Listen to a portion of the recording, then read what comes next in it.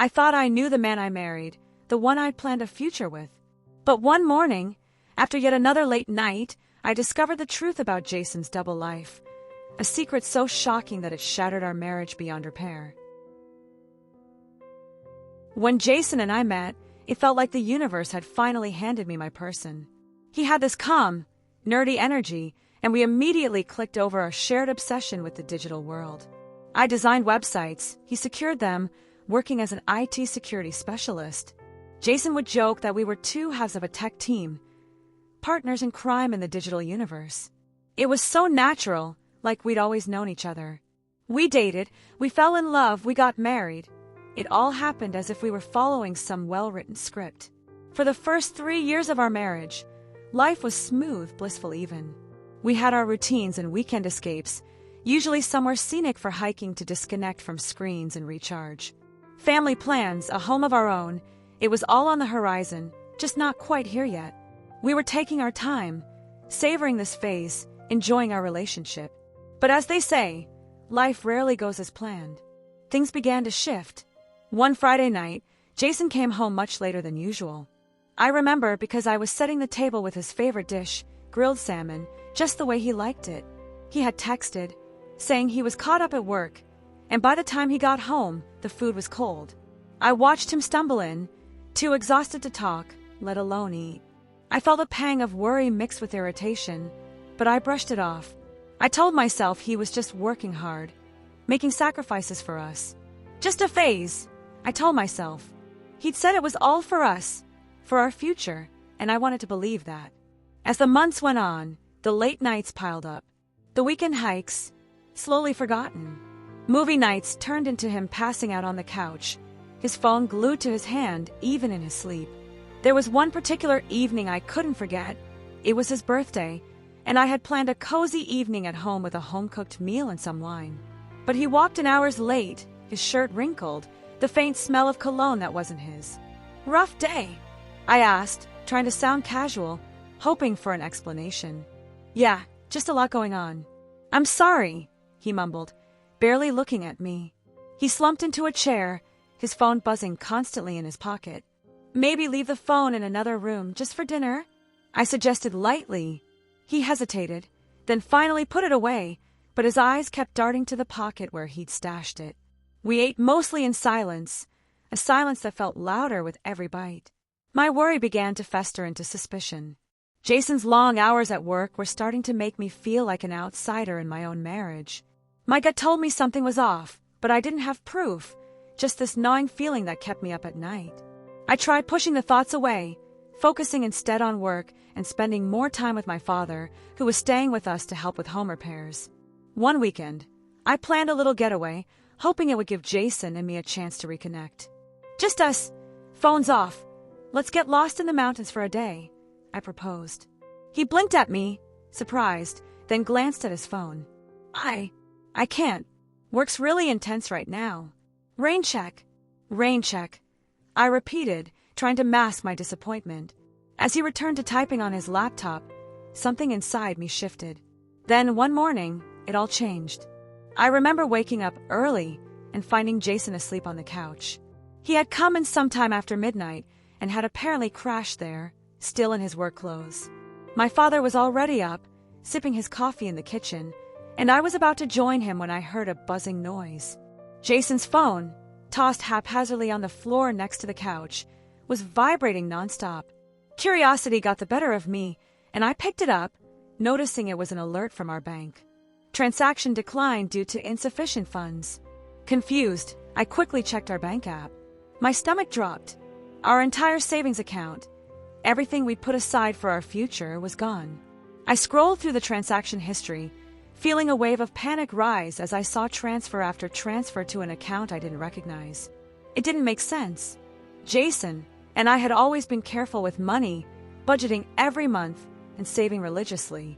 We weren't rich, but we'd built up a nest egg, enough to make me feel secure about our future. And now it was empty. Is this a joke? I said to myself, unable to control my shock and anger.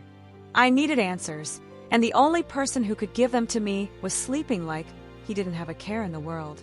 "Jason," I said, trying to keep my voice steady as I shook him. Wake up! Now! He opened his eyes groggily, then froze when he saw my face. Davina! What's wrong? What's wrong? My voice cracked. I thrust the phone toward him. I'll tell you what's wrong. Where's our money, Jason? Jason's face drained of color as he looked at the screen, struggling to meet my eyes. His hand shook as he took the phone from me. I can explain, Davina, he stammered, unable to meet my eyes. It's not what it looks like. Then what is it, Jason? I demanded, my voice rising in anger and disbelief. Because it sure looks like you emptied our savings account without telling me. His voice trailed off as he looked at something behind me. I turned around to see my father enter the room, his eyes darting between us, clearly sensing the tension. He placed his coffee cup down and folded his arms. Tell her, Jason, my father said, his tone icy. Or I will. Jason looked like a cornered animal, glancing desperately from me to my father. Come on, Jason, my father said. Tell Davina about how you saw me last weekend. You know, when you got into the car with that woman and she drove you both away. Jason swallowed, his face pale, and took a deep breath. I haven't been completely honest with you, he began, his voice barely above a whisper. Months ago, I made a mistake. I had an affair with someone from work. The words hit me like a physical blow. I stumbled backward, reaching for something nearby to steady myself. An affair? I repeated, my voice shaking. You had an affair? He nodded, shame flooding his face. It was brief. It was a mistake. I felt my entire world shatter. My chest tightened as I struggled to breathe, the betrayal, so raw it felt like a knife in my heart. What does that have to do with the money? I asked, trembling from the unspoken anger welling inside me. The woman, Davina, she got pregnant, Jason stammered. Her brothers are powerful people. They've been threatening to expose us unless I paid them. Paid them for what? I asked. For the baby. She's keeping the baby, and is due in a month. I looked at Jason, looking pathetic in his crumpled clothes. I was scared of losing you, and those guys are intense and imposing. So I transferred all the money in the hopes of keeping it all a secret. I'm trying to move things around to get most of our money back. I couldn't believe what I was hearing. I felt betrayed, hurt, angry, all of it. My father's face turned red with anger. So you've been paying them off, draining your wife's savings, and for what? To cover up your own mistakes. Jason looked at me, pleading. I didn't know what else to do. I'm sorry, Davina. I know I messed up, but I had no other choice. I didn't want you to find out like this. The raw fear in his eyes did nothing to soften the pain I felt. He had taken everything we'd built together and thrown it away, not just with the affair, but with every lie, every secret. You didn't want me to find out? I repeated bitterly. Jason, you didn't just betray me. You ruined our future. You put everything at risk for this. My father stepped in, his voice steady and cold. This is extortion, plain and simple. We're going to the police. No, please, Jason begged, his voice breaking. If we involve the police, they might retaliate. These people, they're dangerous. But my father had heard enough. He was already on the phone, explaining the situation to the authorities.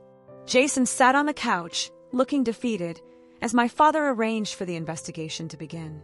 As the days passed, the realization that my marriage was effectively over settled heavily in my heart.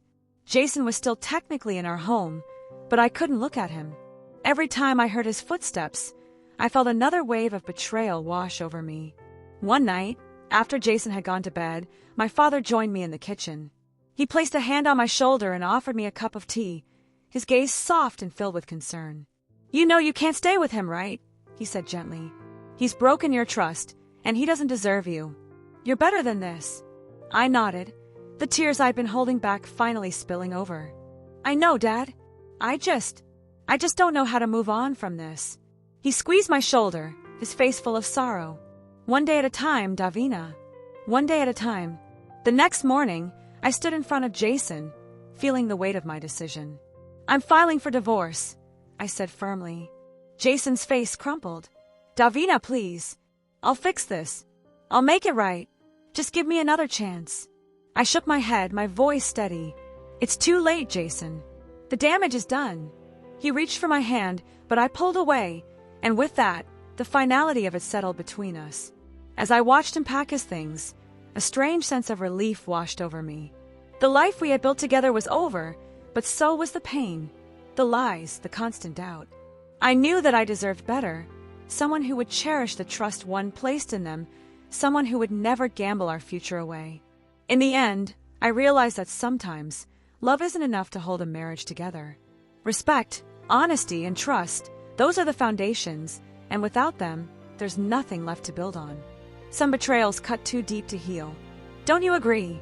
When my grandmother left me $50,000, I thought it was the fresh start my husband Jason and I needed after years of heartbreak and infertility struggles. But little did I know, his mother Sharon had her eyes on my inheritance.